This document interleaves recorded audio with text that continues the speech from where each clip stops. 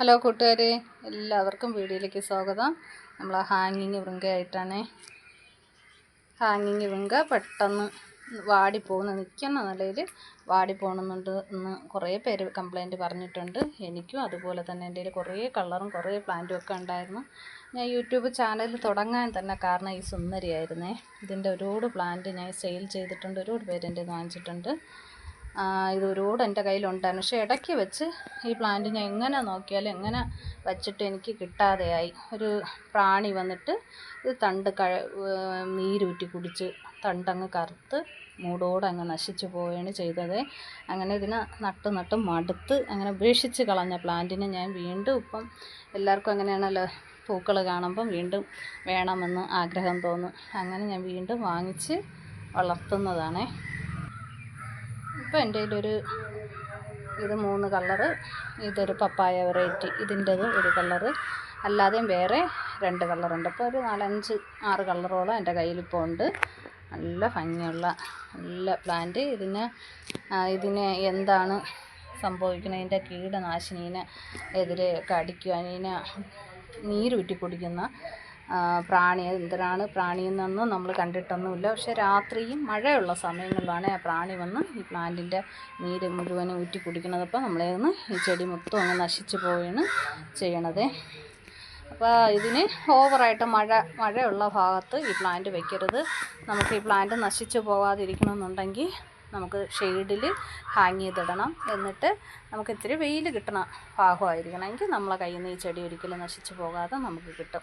പിന്നെ ഇപ്പോൾ ചെടി ഹെൽത്തി ആയിട്ടിരിക്കുമ്പോൾ തന്നെ എപ്പോഴും പറയുമ്പോൾ ഇതുപോലത്തെ കട്ടിങ് ഒന്ന് കട്ട് ചെയ്തിട്ട് വെറും മണ്ണ്, ഒരു വളവുമില്ലാത്ത ഇതുപോലത്തെ മണ്ണ്, പച്ച മണ്ണെന്ന് പറയില്ലേ, അതുപോലത്തെ മണ്ണെടുത്തിട്ട് നമുക്കിത് ഈ പ്ലാന്റ് കുത്തി കൊടുക്കാം. കുത്തി നനവ് കൊടുത്തിട്ട് ഷെയ്ഡുള്ള ഭാഗത്ത് തന്നെ ഈ പ്ലാന്റ് വെച്ച് പിടിപ്പിക്കാൻ വേണ്ടിയിട്ട് ശ്രദ്ധിക്കണേ.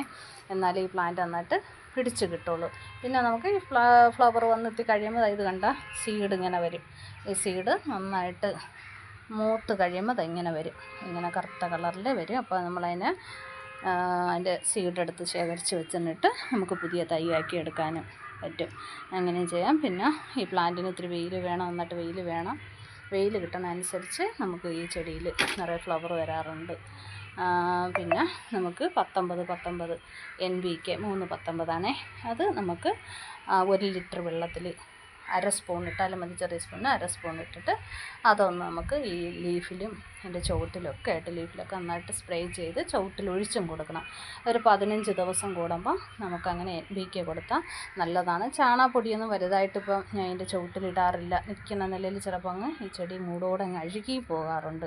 അപ്പോൾ ചാണകപ്പൊടി നമ്മളിടുമ്പം നമ്മളെ പെറ്റൂണിയ പോലെയൊക്കെയാണ് പെട്ടെന്നത് കുഞ്ഞൊച്ചൊക്കെ വന്നിട്ട് ഇതിൻ്റെ ചുവട്ടിൽ നിന്ന് ഇതിൻ്റെ വേരെല്ലാം കടിച്ച് എൻ്റെ തണ്ടൊക്കെ കടിച്ച് നശിപ്പിച്ച് അങ്ങനെയാണ് നമ്മളിന്ന് പെട്ടെന്ന് ഈ ചെടി അങ്ങ് നശിച്ചു പോണത്. അപ്പോൾ ചാണകപ്പൊടിയൊന്നും ഒഴിവാക്കിയിട്ട് വേറെ ഒന്നും ഒരു വളവും ചെയ്യാതെ നമുക്ക് സ്പ്രേ ചെയ്ത് കൊടുത്താൽ മാത്രം മതി NPK. പിന്നെ ഇതിനേക്കാളും ഓവറായിട്ട് ഇനിയും ഫ്ലവർ വേണമെന്നുണ്ടെങ്കിൽ ഞാൻ ഇതിൽ ഇട്ടിട്ടില്ല. DAP കൂടെ വേണമെന്നുണ്ടെങ്കിൽ ഇതിൻ്റെ ചുവട്ടിൽ ഇട്ട് കൊടുത്താൽ നല്ല നിറയെ ഫ്ലവർ ആയിട്ട് പ്ലാന്റ് നിൽക്കുകയും ചെയ്യേ. പിന്നെ നമുക്ക് നമ്മുടെ ചെടിയെ നീരൂറ്റി കുടിക്കുന്ന ഇതിന് മാജിക് എന്ന് പറയുന്ന കീടനാശിനി, ഇത് 1 ലിറ്റർ വെള്ളത്തിൽ 10 തുള്ളി എടുത്ത് അതിനെ നന്നായിട്ട് നല്ല കലക്കിയിട്ട് നമ്മൾ സ്പ്രേയിൽ ഇതിൻ്റെ ലീഫിൽ നന്നായിട്ട് സ്പ്രേ ചെയ്ത് കൊടുക്കണം. ലീഫിൽ മാത്രമല്ല അതിൻ്റെ തണ്ടിൽ നന്നായിട്ട്, തണ്ടും ഈ ലീഫിൻ്റെ പുറത്തും നന്നായിട്ട് നനയണ രീതിയിൽ നമുക്ക് ഈ മാജിക് എന്ന് പറയുന്ന കീടനാശിനി ഒന്ന് സ്പ്രേ ചെയ്ത് കൊടുക്കണം. അത് ഒരു 2 ആഴ്ച കൂടുമ്പം നമ്മൾ അടിച്ചു കൊടുക്കണം. ഒരു പ്രാണിയൊക്കെ വന്നതിന് ഉപദ്രവിക്കുന്നതിന് മുന്നേടിയായിട്ട് നമ്മളിത് ചെയ്താൽ മാത്രമേ നമ്മൾ ആ ചെടി നന്നായിട്ട് നിൽക്കുള്ളൂ. ഇതിൻ്റെ മണം അടിച്ചിട്ടാണെന്ന് പറഞ്ഞുകൊണ്ട് ഈ ലീഫിൻ്റെ ഒരു സ്മെല്ല് കാരണമാണെന്ന് തോന്നുന്നു ഈ ജീവി പറന്നു. മഴയുള്ള സമയങ്ങളിൽ നമുക്ക് ഒരാഴ്ചയൊക്കെ കൂടുമ്പോൾ തന്നെ ഇതിനെ ഇടയ്ക്കിടയ്ക്കൊന്ന് സ്പ്രേ ചെയ്ത് കൊടുക്കണം. അകത്ത് പുറത്തും ഒന്ന് സ്പ്രേ ചെയ്യണം. മഴയുള്ള സമയത്താണ് ഈ ജീവി. അതുവരെ നമുക്ക് വേറെ പ്രശ്നങ്ങളൊന്നുമില്ല, നല്ല ഹെൽത്തി ആയിട്ട് ഈ പ്ലാന്റ് നിൽക്കും. മഴ പെയ്യുന്ന സമയത്ത് മാത്രമാണ് ഈ പ്ലാന്റ് എൻ്റെ കയ്യിൽ നിന്ന്, മറ്റുള്ളവർ എങ്ങനെയാണെന്ന് എനിക്ക് അറിഞ്ഞുകൂടാ, എൻ്റെ കയ്യിൽ നിന്ന് പെട്ടെന്ന് അങ്ങ് ഈ ചെടി നശിച്ചു പോണത് മഴയുള്ള സമയത്താണ്. അപ്പോൾ ആ സമയത്ത് മഴയുള്ള ചാറ്റൽ മഴ ഇങ്ങനെയൊക്കെ വരുന്ന സമയത്തേ നമ്മളിതിനെ ഇതെല്ലാവരുടെ കയ്യിലും വാങ്ങിച്ചൊന്ന് വെച്ചിരുന്ന നല്ല ഉപകാരമാണ്. ഇതിൻ്റെതൊന്ന് അടിച്ചു കൊടുത്താൽ മാത്രം മതി. കൂട്ടുകാരെല്ലാവരും വീഡിയോ കണ്ടൊന്ന് സപ്പോർട്ട് ചെയ്യണം. ചെടികളും പൂക്കളും ഒക്കെ ഇഷ്ടമുള്ളവർക്ക് ഒരുപാട് പേർക്ക് നമ്മളെ ഈ സിന്നറി പ്ലാന്റൊക്കെ ഒരുപാട് പേർക്ക് ഇഷ്ടമാണ്. അവർക്കൊക്കെ കൂടി ഒന്ന് ഷെയർ കൂടെ ചെയ്ത് കൊടുക്കണം. ഓക്കേ.